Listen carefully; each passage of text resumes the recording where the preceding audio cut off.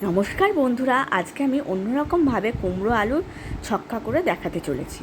প্রথমে আমি কুমড়ো আর আলুটাকে চৌকো চৌকো করে কেটে নিয়েছি, তারপর ভালোভাবে ধুয়ে নিয়েছি। এবার কড়াইতে সর্ষের তেল দিয়ে তেলটাকে ভালোভাবে গরম করে নেব।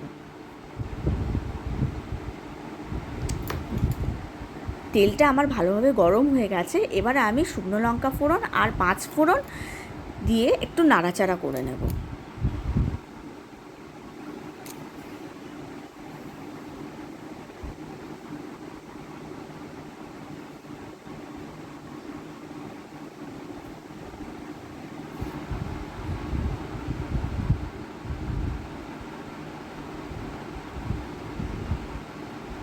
এবারে আমি আলুগুলোকে কড়াইতে দিয়ে এবার ভালোভাবে ভেজে নেব।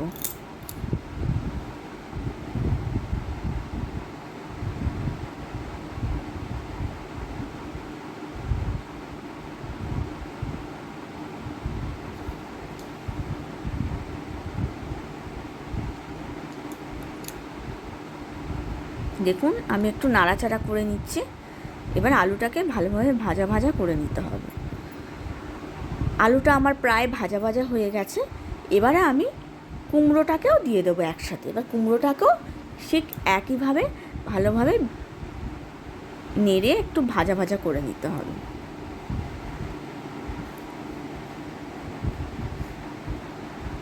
আমার কুমড়ো আর আলুটা ভাজা ভাজা হয়ে গেছে। এবারে আমি একটা পেস্ট করে রেখেছি, জিরে, আদা আর ধনে আর হলুদ একসাথে মিশিয়ে একটা পেস্ট করে রেখেছি। এবার সেই পেস্টটা এবারে তরকারির মধ্যে দিয়ে দেবো।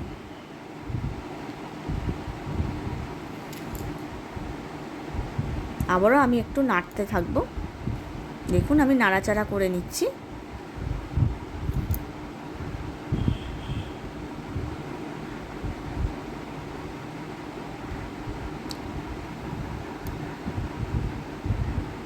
এবার ওই দেখুন, আমি ছোলা দিইনি, ছোলার বদলে আমি ছোলার ডাল দিয়েছি।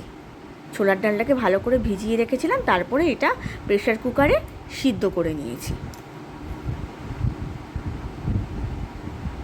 এবার আমি ছোলার ডালটাও দিয়ে দিয়েছি। এবার এটাকেও একসাথে মিশিয়ে নাড়তে থাকছি।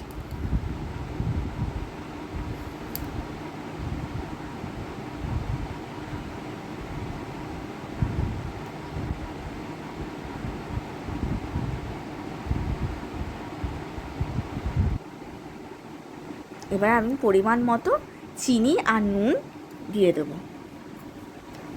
মিষ্টিটা একটু বেশি পরিমাণেই দিয়ে দেবো, কারণ কিছু কিছু তরকারিতে মিষ্টি না হলে ভালো লাগে না।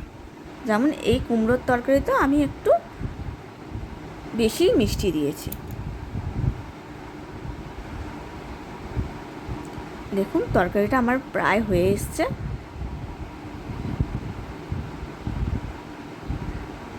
আমি কিন্তু একটু জল দিইনি। জল দিলে পানসা পানসা স্বাদ লাগবে। দেখুন, আমার তরকারিটা হয়েও গেছে। তো বন্ধুরা, কেমন লাগলো আমাকে জানাবে। সবাই আমাকে জানানোর চেষ্টা করবেন। তো আজকের মতো এই পর্যন্ত। আপনারাও ট্রাই করে দেখবেন। পরবর্তী ভিডিও নিয়ে আবার আমি ফিরে আসব। আপনারা সবাই ভালো থাকবেন, সুস্থ থাকবেন। তো আজকের মতো এই পর্যন্তই। টাটা।